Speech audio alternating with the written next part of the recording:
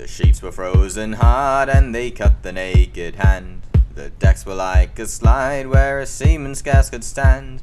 The wind was a wester blowing squally off to sea, and the cliffs and spouting breakers were the only things alee. They heard the surf a-roaring before the break of day, but 'twas only with the peep of light we saw how ill we lay. We tumbled every hand on deck in stanter with a shout, and we gave her the main topsails and stood by to go about. All day we tacked and tacked between the south'ard and the north. All day we hauled the frozen sheets, we got no further forth. All day as cold as charity in bitter pain and dread. For very life and nature we tacked from head to head.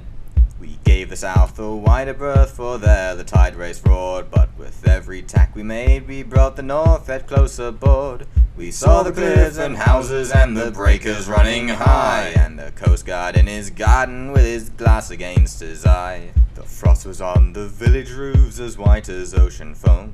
The good red fires were burning bright in every longshore home. The windows sparkled clear and the chimneys volleyed out, and I vow we sniffed the victuals as the vessel went about. The bells upon the church were rung with a mighty jovial cheer, but 'twas all that I should tell you how of all days in the year this day of our adversity was blessed Christmas morn, and the house above the coast guards was the house where I was born. Oh, well, I saw the pleasant room, the pleasant faces there, my mother's silver spectacles, my father's silver hair. And well, I saw the firelight like a flight of homely elves go dancing round the china plates that stand upon the shelves. And when I knew the talk they had, the talk that was of me, and the shadow on the household, and the son that went to sea. And oh, the wicked fool I seemed in every kind of way to be here and hauling frozen ropes on blessed Christmas Day.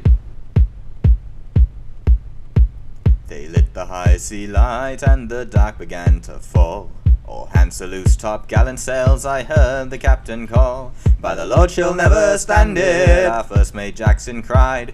It's one way or the other, Mr. Jackson, he replied. She staggered to her bearings, but the sails were new and good, and the ship smelt up to windward just as though she understood. As the winter's day was ending and the entry of the night, we cleared the weary headland and passed below the light, and they heaved a mighty breath, every soul on board but me, as they saw her nose again pointing handsome out to sea. But all that I could think of in the darkness and the cold was just that I was leaving home, and my folks were growing